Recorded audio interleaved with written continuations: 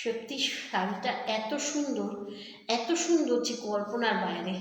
আর আমাকে পরে তো আরোই সুন্দর হয়ে গেছে, মানে শাড়িটা পুরো খুলে গেছে জানো তো।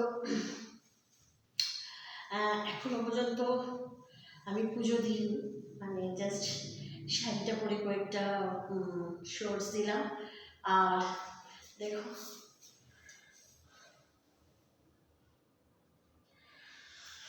এমন কিছু সুন্দর দেখতে যদিও আমি না, তবুও নিজেকে একটু সাজিয়ে গুজিয়ে রাখবো ভাবে কিন্তু রাখতে পারি না জানো। দেখো পেছনটা,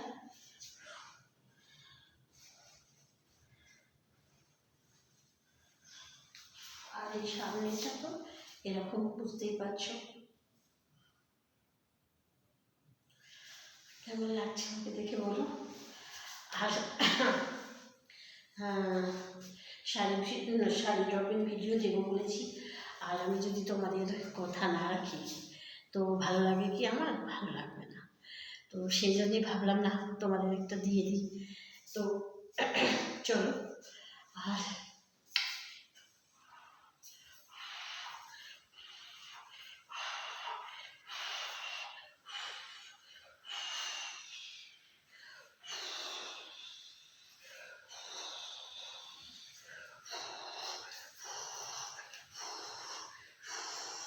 দেখছি শাড়ি আস্তে আস্তে আমার কোথায় নেমে গেছে, কোথায় শাড়িটা, কোথায় বলতে পারো, কোথায় শাড়িটা আমার?